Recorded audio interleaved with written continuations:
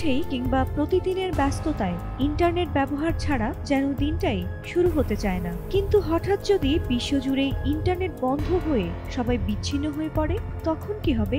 এমনটা যেন আমরা ভাবতেও চাই না। সৌরঝড় শব্দের সঙ্গে আমরা অনেকে পরিচিত না থাকলেও এই ঝড়ই মূলত ইন্টারনেটের জন্ম। এবার এই ঝড় নিয়েই দুঃসংবাদ দিচ্ছেন মার্কিন বিজ্ঞানীরা।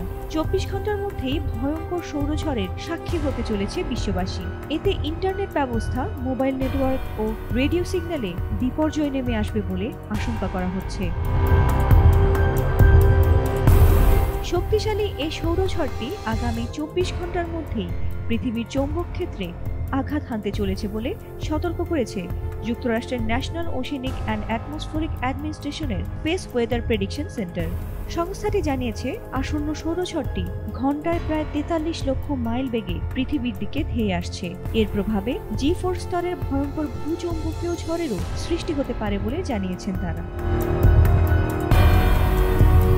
তবে সৌরঝড়ের চোখ ধাঁধানো উত্তর মেরুর আলো বা অরোরা বোরেলিয়াস এরই মধ্যে যুক্তরাষ্ট্রের উত্তরাংশে যেমন ইলিনয়, ওরেগন এবং দক্ষিণে নিউ ইয়র্কের মতো এলাকাগুলোতেও দেখা গেছে।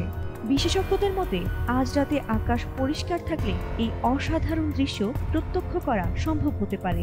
গোলাপি, সবুজ ও বেগুনি রঙের এই আলোর খেলায় মোহময় হতে চলেছে রাতের আকাশ।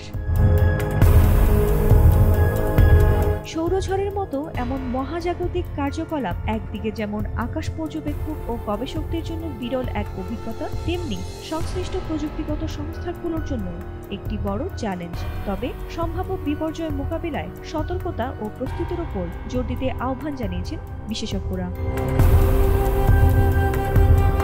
ফাতিমা সুলতানা, এটিএন বাংলা।